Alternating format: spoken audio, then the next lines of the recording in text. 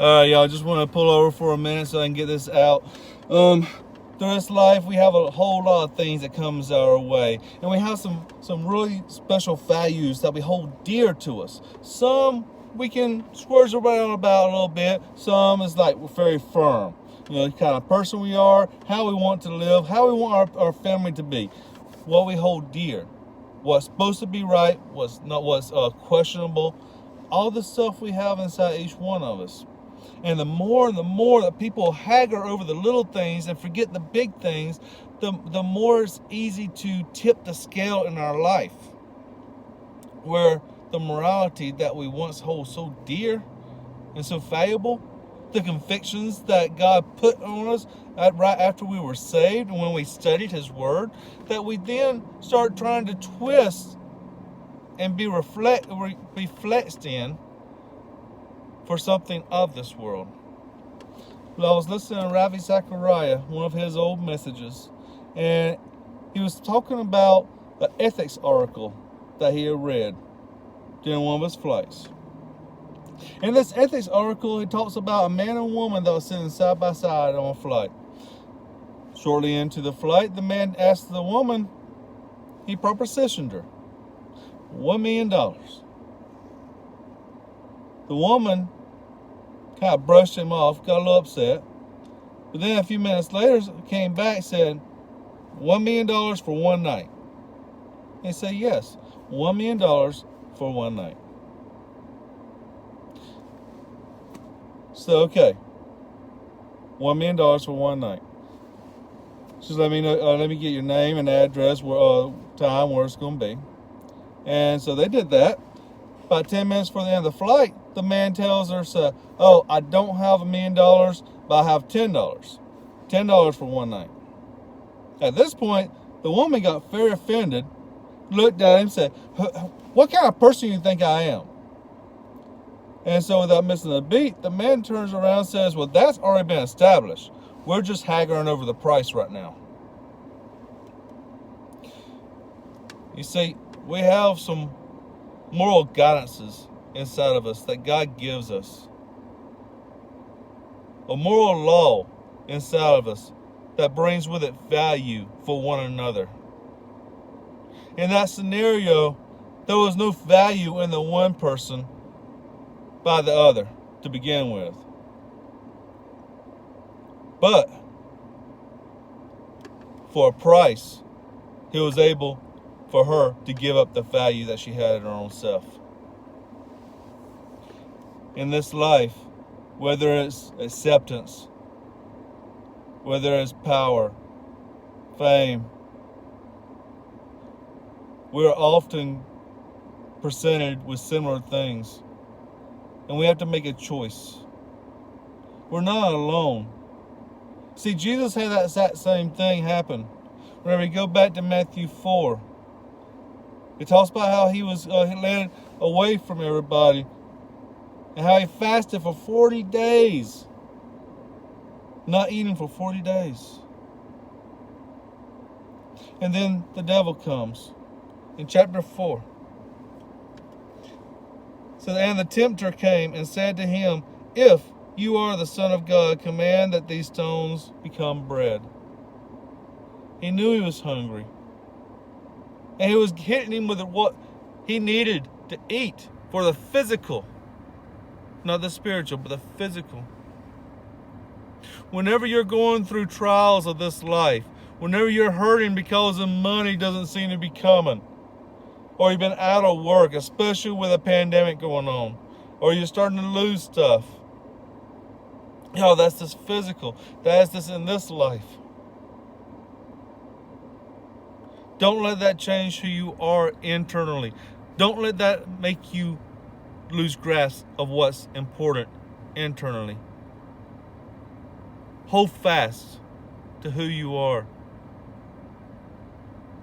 Just like Jesus said here. But he answered and said, "It is written, man shall not live on bread alone, but on every word that proceeds out of the mouth of God." Y'all, there was two more that went after this, two more temptations. It started with the physical.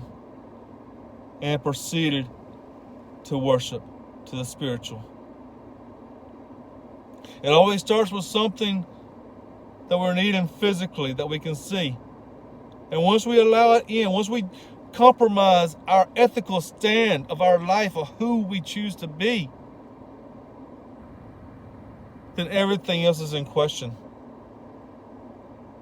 including our spirituality. Once we start compromising our stand on what God has placed in your heart, the way things should be. You have a whole lot of people that has been educated with words, and they would take words and twist them to fit what they want. The only way to know for sure is to in prayer and going back to the word yourself and studying, because this Bible right here, it has one author with one meaning that has been placed in ink from letters that was written throughout a period of 1,500 years. 66 books, 40 writers, and they each one wrote on their own characteristic style and that own generational cultural writing to a people of that culture and that general culture, geology culture, and generational culture. All across the board, they had the same meaning because there was one author. That same meaning is still true today.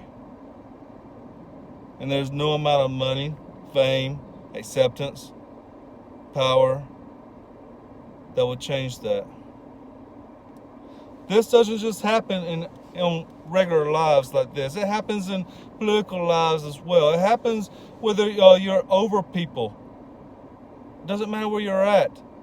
Are you willing to compromise those under you that look up to you? If you're married, this will be in your family. If you're in a position over others, it'll be for the ones that look up to you to lead them.